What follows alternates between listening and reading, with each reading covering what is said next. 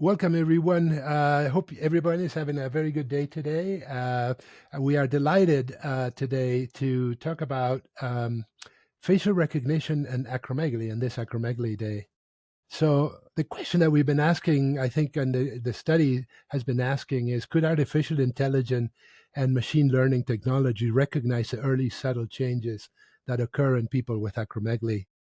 A new research spearheaded by Dr. Manel Puig Domingo and outlined in a recent paper published by the journal Pituitary raises the possibility that AI algorithms and machine learning could provide a game-changing dynamic for the early diagnosis of this disease that now takes 6 to 10 years to diagnose.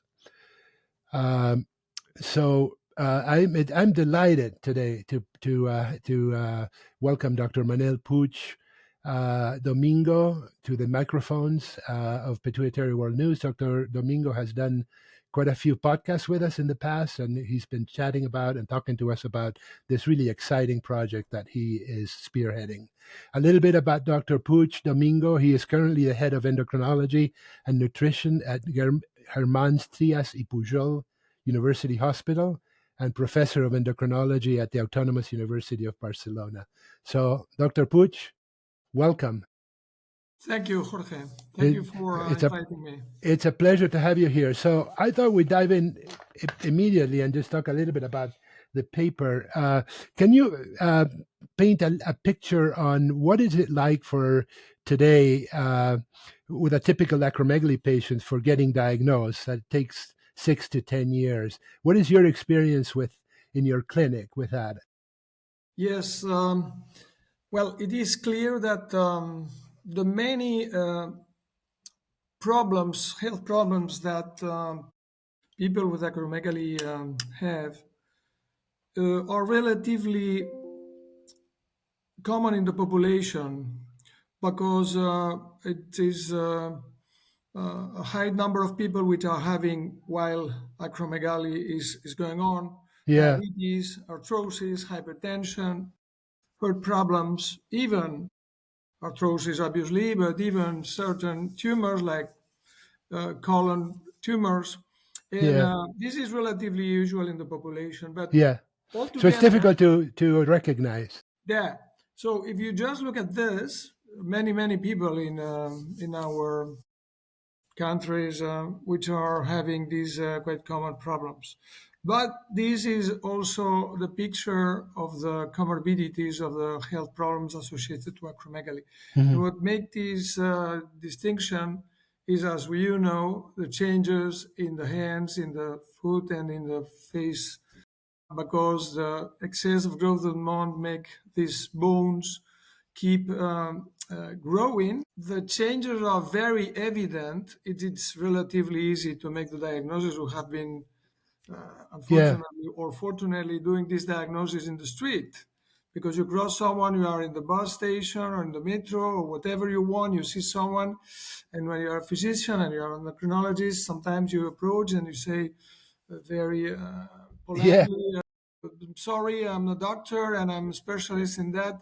Someone is taking care of your health, and 3 times in my life I have made a diagnosis in the street. Well, this is so, Jorge, it means that the internal problems, as I say, tumors in the thyroid, in the colon, or cardiac growth, are already at quite advanced stages. And this is the drama beside the changes in the faces, which obviously make people differently than what they would be without having acromegaly. So let's dive into the system. You, what initially made you think about? Obviously, you told me that about 6-10 years, maybe more. Well, I was going to tell you, in my case, it was almost like 25 years. Yeah, sure. So, and if people are interested in learning about, my journey with acromegaly, we'll put a link on the article for you to read. But what made you think initially that this could work?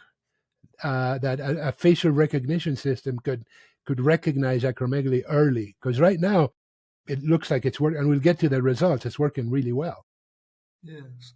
I mean, to have these facial recognitions when you have someone that with your eyes you are suspecting is having acromegaly doesn't add nothing. What we want is or we wanted to develop this system, as others are doing also, in parallel to us, Yes. because the machines which can explore the different distances between specific points in the face, they can compare what are the normal values in people without acromegaly. And as far as these changes are going on, the machine is able, or the systems that have been we are currently available, could measure this difference in the distances which go beyond the normality. Got This it. with our eyes, even if we are very sensitive to acromegaly, is not possible to make this distinction. But the machines could, because they have a normal profile, and they compare with a picture which eventually might have acromegaly or not. But even though the capability or the possibility of measuring at the same time many different diameters and distances between points integrated finally in a score could give you a more or less higher possibility of having the Hmm. disease. And this is why the machine could work at early stages, detecting people at risk, not making diagnosis, people at Yeah, risk. no, no, very important. Sure, sure, sure, sure. So the paper outlines a 93% accuracy, which sounds really impressive. Hmm. Particularly since you noted, as you noted in the paper, previous attempts was about 81 to 86%. Uh, tell us a little bit about that. How, that's going to be something that when you look at, you say, "Boy, this is really interesting. We really need to go to the next steps Yeah. and uh, and figure out We are what to do." getting these accuracies because the current artificial intelligence systems have been developed and developed and developed. And what we had when we got 10 years ago, it's different. Now we are having very expanded artificial intelligence systems and methodologies. So our engineers have um, tried and have proved different ones. In the final system which was used is what it got 93% of accuracy. But if you go back to the first that make such kind of approach, the accuracy was really much lower, was about 70%, which is not Yeah. bad.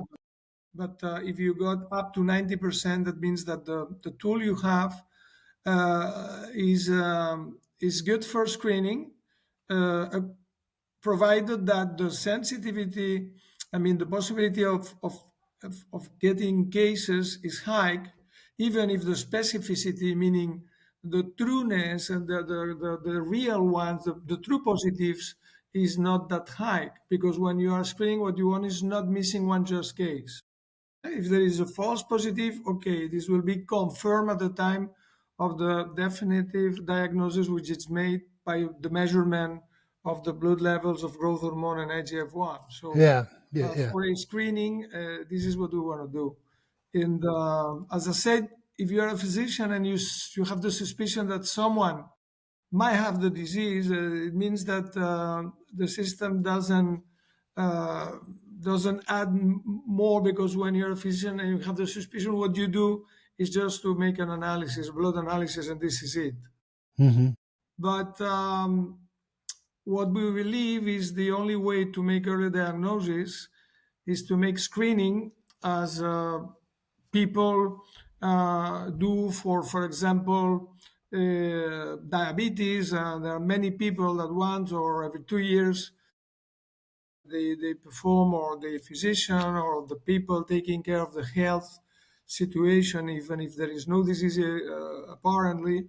But there are many people that every 1 or 2 years they have a blood test with many things, cholesterol, Yeah. glucose, etc., because they want to know if this is it, if it's okay or not. So the good things of these machines is that you have to do nothing, just saying, okay, I want to have a analysis of my face because like this acromegaly, but potentially other diseases which are specific features in the face Hmm. could be suspected. This is Yeah. it's suspected at early stages. But even I cannot, as a physician, make the distinction between a normal phase and maybe a phase with some changes. This is I mean, the machine has better eyes than my eyes. This is the difference. Yeah, yeah, yeah. So the dynamic is that suspect somebody, a physician like you're saying, that wouldn't have thought of it. It would say, well, there's a possibility here, and add the IGF-1 to the battery of tests that somebody would get. Well, If to use as a screening IGF-1 and GH makes it relatively expensive, taking into Yeah, account that the disease is apparently also we don't know if we will be able to detect more cases than the ones that we have detected till now. yeah, But when you have a software like the one we have developed, which by now its use is free of charge, but yeah, even though this kind of facial analysis by a machine, such kind of we have developed, it's very inexpensive. yeah, Is absolutely there is no instrumentation. I mean, you have not to make a blood test. There is no invasiveness, and you can do very fast because the results are obtained in few seconds. So yeah, it's very efficient. It's very yeah. efficient. Yeah. It's very What efficient. before we get to the implementation part, what sort of regulatory barriers do you see when this with this system, and the hurdles that you'll have to jump through to get it approved in the different countries and Yes. those sort By now, what we have done is to develop the system to demonstrate that when we perform some stress tests to the machine, its strongness and its precision is high. And now we are at the point that we are trying to demonstrate as a proof of concept that this system is able to detect new cases unsuspected in the general population. And this is done in a scientific study, meaning that we have the approval of our ethical committee, the people, the many thousand or some thousand of individuals that are decided to participate in this preliminary study have signed a consent and individual of. consent, letting us to analyze the faces. But once this will be potentially ready for generalization for its use at any level of the health system, in the ways that we can discuss later on. Yeah. Obviously, this will require that the authorities let us or let those that will be using the machine to have this machine open for screening programs. And at least in Europe, there is quite strictness in the regulatory issues regarding facial recognition. Hmm. And I don't know what will happen when we will be in the next step, how difficult this will be. I know because I have been in conversations with other colleagues and friends of mine in the US that told me, well, this will really hardly work in the States because the issue of the confidentiality Yeah. and the utilization of a face which recognizes you will be very difficult that it will be approved. Okay, well, this is something that we will certainly will have to fight. And Yeah. this is I don't know what will happen in Europe, but my colleagues in the US, some of them which have been talking with me regarding this kind of approach for screening of acromegaly, were very pessimistic according to what they know in the regulatory issues of this kind of software. Yeah. However, Yeah. there are other softwares which are currently used by pediatricians and other healthcare providers, which have been developed for suspecting rare diseases, mostly very rare diseases in pediatrics. Yeah. So the door is not so close, but we will Yeah. need to confront it and to submit to the authorities all what will be required for also acromegaly be included in Yeah. the software that Yeah. have now under utilization by Yeah. pediatricians, for example. Well, it seems to me like if if you have a patient that is suspected and you say we want to take a photograph and they agree to it, then that would make it probably easier um, for the authorities to think about it in a way that the same thing that you would take an X-ray that AI Yes, is uh, um, analyzing. this is my understanding. Because this is, as you said, if you take an X-ray or if you take a blood sample, obviously it requires that the With person consent. will Yeah. accept. Yeah. But when you fall into the issue of facial recognition, this is something very sensitive. Yeah, well, it's a It's new not- technology, like everything new. It requires new thinking yeah, about the sort of things that you need to make it work. And obviously, it would be it would be a tragedy if it's not something that could help so much yeah, and and help so now many people. If something like yeah, this really works, it doesn't get approved because of regulatory issues. Understandably, those are important. yeah, But so yeah. so give me an How- idea with However, the yeah, Jorge, yeah, there are some groups of research that are now trying to, and they have already done, to develop the software for measuring the hand. The yeah, hand is changing in parallel to the face. So eventually, I think that if we fall very strongly into problems with the regulatory issues of the facial recognition, um, it is expected that the issue of the person recognition, because the face is a hallmark of you, yeah, but the hand is more impersonal, is, exactly. also the measurements of the different specific points that we know that are growing and at the same moment that this is happening in the face, so probably this will work. And currently, there are at least two studies providing a system of comparing the hand of people with acromegaly and those without acromegaly, and I presume that this could help to overcome the regulatory potential problems we may fall into. Yeah, give me an idea how long in with where you are now with the project. Excuse me. How long do you see this till you have something else to say? Well, okay, we need to move forward, or how long will this take? Well, um, I know it's a loaded question.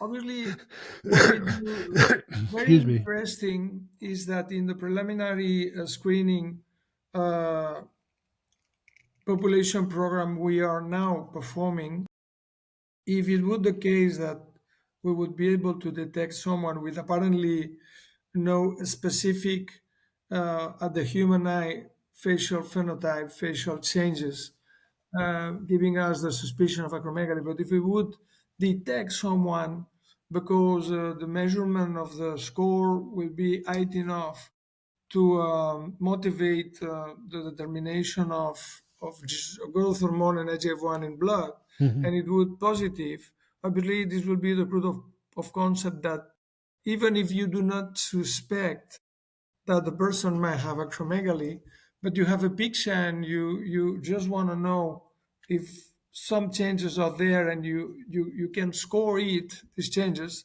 So Yeah, that will demonstrate that it could be possible and that it could be done without many effort, because it's just a question of having a connection to the central software where the all the stuff is located in our institution.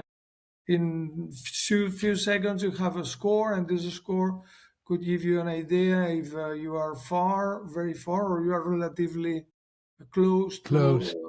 be under suspicion of acromegaly. Yeah.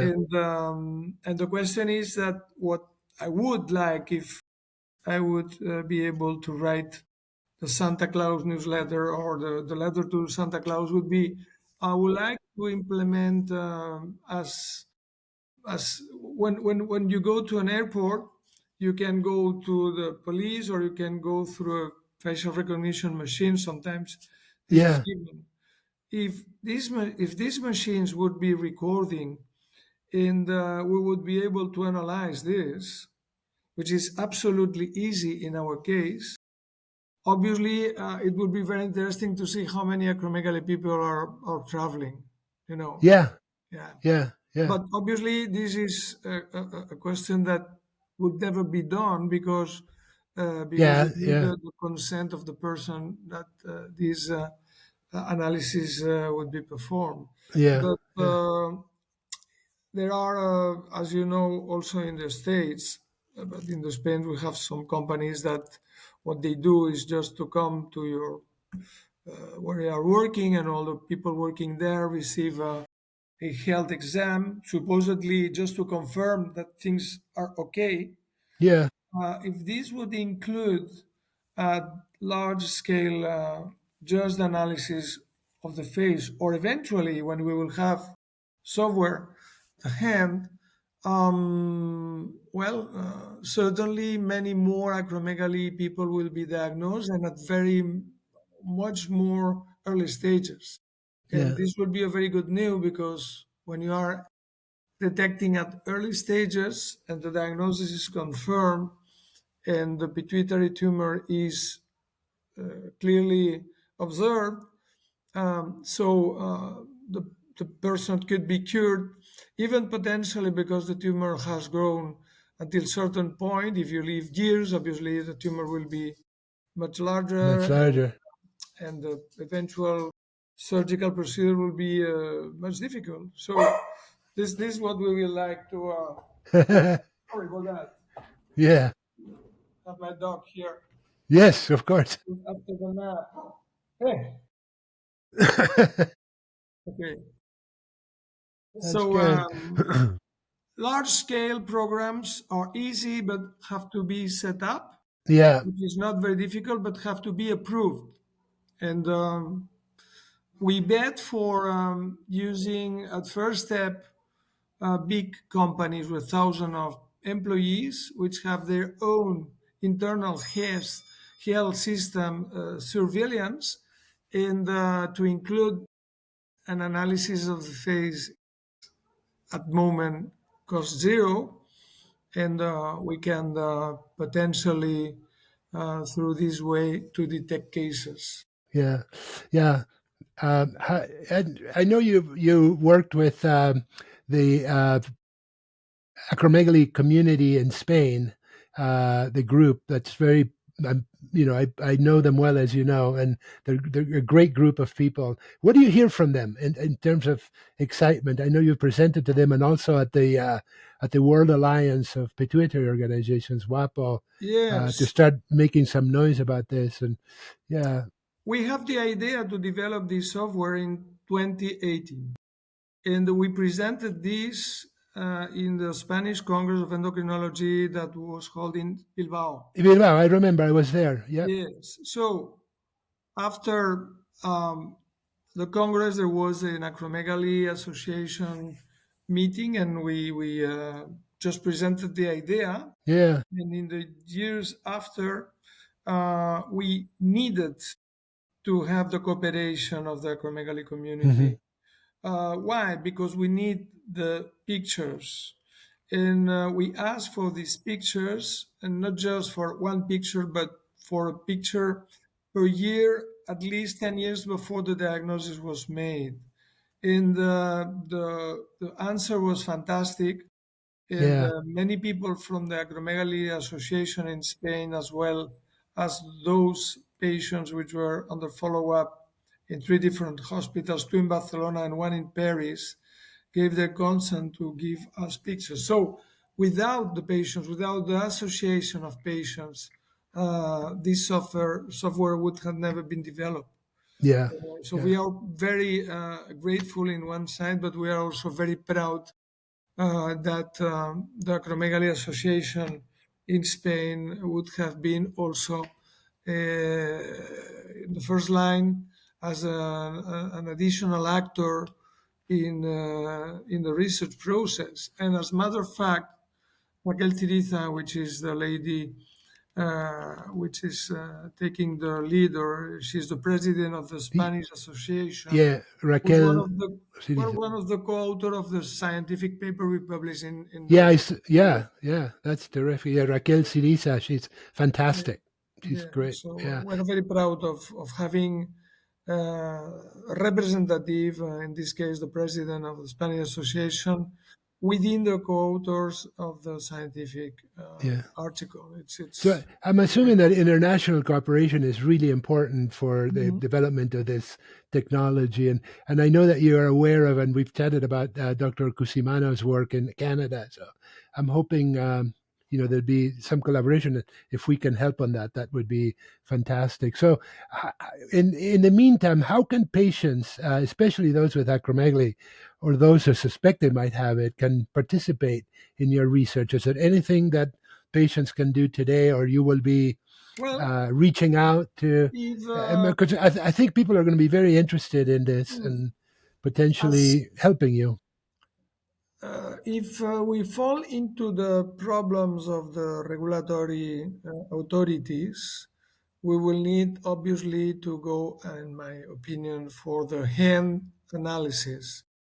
So for that, we will need to recapitulate what we have done with the faces and do with the hands, meaning that we will need to ask for pictures of the hands. Yeah, And well, it's not that easy in a way that everybody is having pictures of him or herself, yeah, but pictures of the hand is not that usual. no, So we will need to have pictures of people with active disease and pictures of people with cured disease or in remission.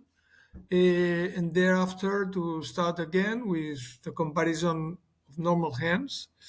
Although I believe that maybe the work that has been done in Japan will be potentially much easily shared, like the work that has been done in China.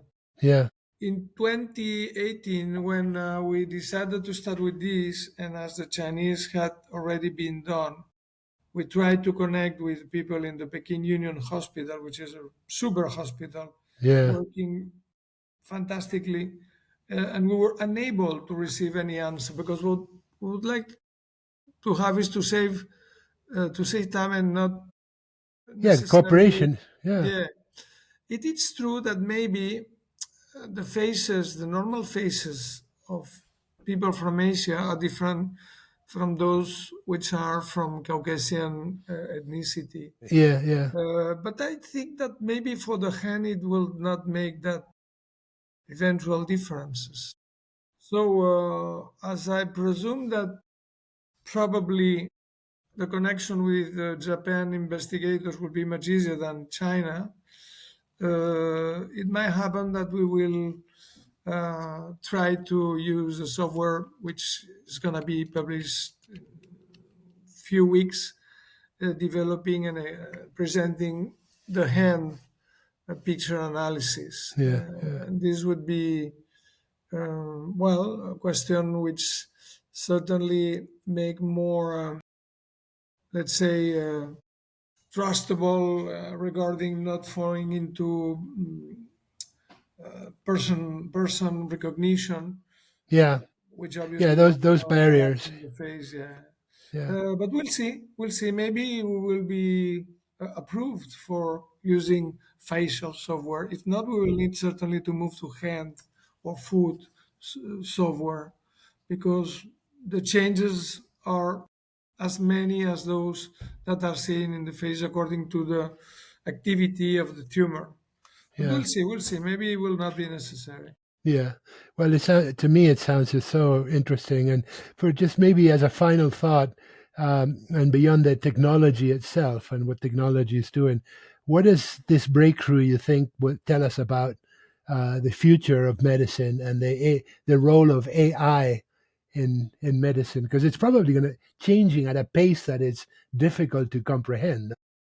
I mean, it is not the case, it would never be the case that artificial intelligence will substitute doctors or Doc, no. other health professional. Um, Artificial intelligence is interesting because if the system is well fit and the information that is contained in the system using artificial intelligence is good, um, the capability of making analysis and developing algorithms that can predict what may happen, this is a next step in the medicine of today and the future. Yeah, yeah, So absolutely. it helps you to compile information, which is uh, time saving for us, Yeah, yeah. instead of going to Much faster. PubMed. This is interesting. It's not the case that the machines will help us to make a diagnosis, but in the case that we are having a difficult case, we can much easily to retrieve information which has been published. Yeah, This is obviously very interesting, but the final decision of what you will do with the problem of a patient, this will be taken by the physician. There is no question. And on the other side, we are currently making research in a way that we are able to generate thousands of data. Many years ago, when we studied molecules, we were thinking that a molecule would have certain effect, and we just were focusing on this molecule yeah, and the organs when it's working and what happens. But the reality is that with this example, at the same time, there are many things going on that can influence or can be influenced. And now we have technology that is able to measure thousands of changes. For yeah, example, yeah, when we explore in deep the biology of the tumors producing excessive growth hormone, we have learned that they are heterogeneous, but the systems we are using, for example, for measuring how the genes of these tumors are changing, could not be,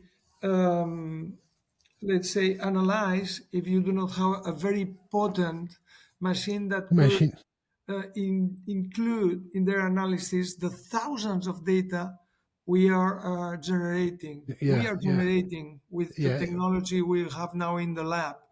yeah. And in this regard, artificial intelligence has uh, the power to make this analysis and That's very to exciting. select, Yeah, yeah, years ago, we were working with statistics in our research to see if the changes we were seeing in an experiment or in a patient when you give some treatment were significant or not, meaning that what we were doing was correct or was not having any effect, or the contrary, was having bad effects. But now we are not. We are working obviously still with statistics, but currently what we have in our labs are bioinformaticians, yeah, because they have to confront it with thousands of data, yeah. And that and in and of itself is very, very exciting. It could be extremely positive. So, well, on that so note, on that positive note, we'll leave it and thinking positively that this project will be able to continue forward. And I thank you so much for your time and explaining the paper. We're going to put a link of your paper on the article that we're going to publish in a week or so. And okay, thank you. and thank you so much for joining me.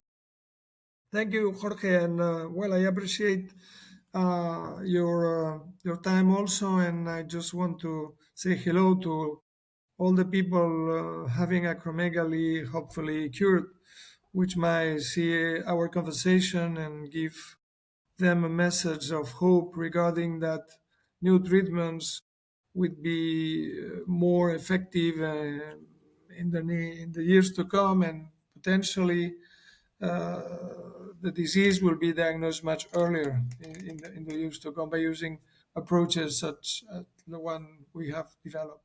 Thank you Absolutely. so much. Thank you. Thank you so much.